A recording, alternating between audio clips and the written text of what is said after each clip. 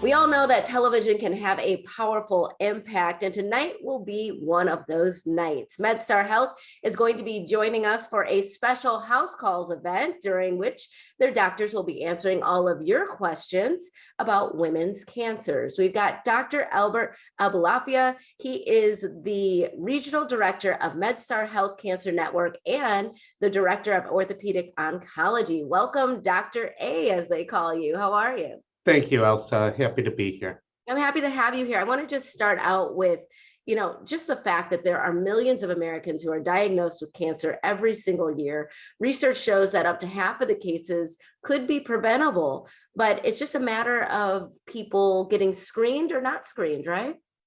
Yeah, screening is a big part of it.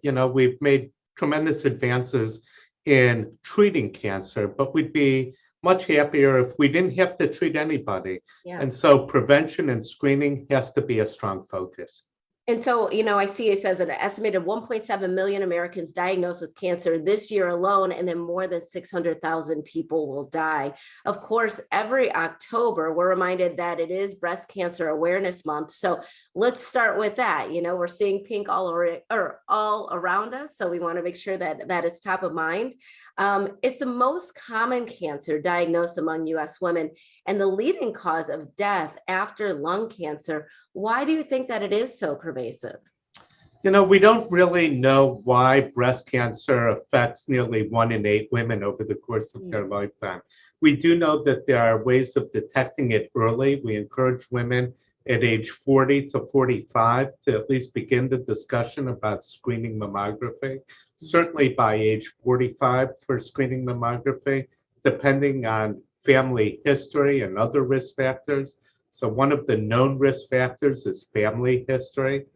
Other things we know are diet, exercise, alcohol can all play a role in increasing or decreasing your risk of developing breast cancer. And what about colorectal cancer? That is the third most common diagnosed cancer now, isn't it? Yeah, it really is. And we're seeing a trend toward younger and younger people being diagnosed with rectal cancer, or colorectal cancers. We used to say to begin screening at 45. We've changed that to 40, especially in African American populations. And there are a variety of very simple ways of getting screened or tested for colorectal cancer. And some of those involve even home kits, and you don't necessarily have to go to a doctor's office. Great. And, of course, we want to make sure that we're getting screened, but also we want to try and prevent it if we can. So what can be done to minimize the risks of cancer? Yeah, so obviously number 1 through 5 is cigarette smoking, and people think cigarette smoking and tobacco exposure is just lung cancer. It's not just lung cancer, it's also esophageal cancer, bladder cancer. It predisposes you to more than just lung cancer, but that's certainly the big one.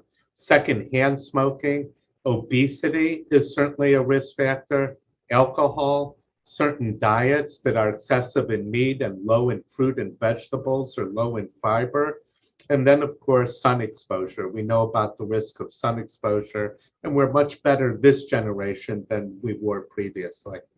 So just to sum it all up, if we are trying to be our healthiest selves, what I'm hearing is that we got to get our screening done, and we need to do everything you just outlined right before. You're exactly right. You're just taking care of ourselves day to day. Yeah, and I think during this time of, people in crisis, we're learning sort of to address our own needs and take care of ourselves. So I do think it's important to have that discussion with your doctor and pay attention. Well, we know that you were with us during our last House Calls event, so we're looking forward to having you again. Of course, it can be so helpful for so many people. We'll remind everyone right now, you need to watch. You're going to watch tonight, WMAR 2 News, tonight from 5 to 7:30, and get your questions ready for the doctors at MedStar Health Cancer Network. Dr. A, thank you so much. We really appreciate all of this helpful information, and we'll be right back with more Midday Maryland.